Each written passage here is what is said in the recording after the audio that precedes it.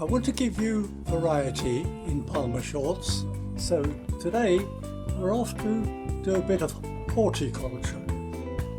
Había una vez, or once upon a time as we say in English, my mother had a rubber plant. This was looked after with much care and respect, but despite my mother's usually green fingers, the best it ever achieved was 8 leaves. The unfurling of a new one was a cause for family celebration, and, God forbid, should one drop off, it was like a loss in the family. I grew up with a much overrated respect for rubber plants, which are properly known as Ficus Robusta. As far as my mother was concerned, there's a certain degree of irony in that name, which is why we called them rubber plants at home. For me, coming to Palma and finding their huge Mediterranean cousins was a revelation. Palma España displays a particularly impressive specimen.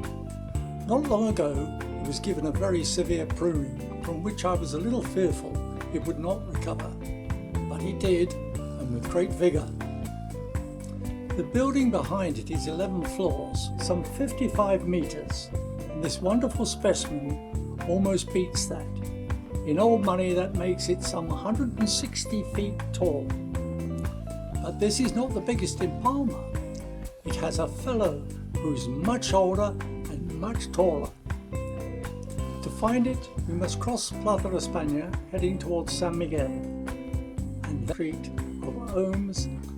At the bottom of Olms, you look across La Rambla to an entrance to an ancient building called La Misericordia.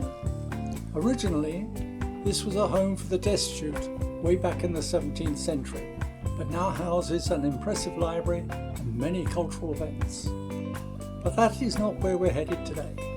Our route takes us along the road sloping up the left side of La Misericordia, and suddenly there you have it. Not the biggest aspidistra in the world, but surely an Olympic challenger for the largest rubber plant you ever did see. Had Mother seen this one, she would most likely have fainted away, returned to convalescing UK, and then stuck to chrysanthemums. The lower branches of this tree are easily half a metre thick, and the root system is something to marvel at. Coming back to Palma España by a slightly different route, we pass a square properly known as Plaza Obispe Berenguer de Palou.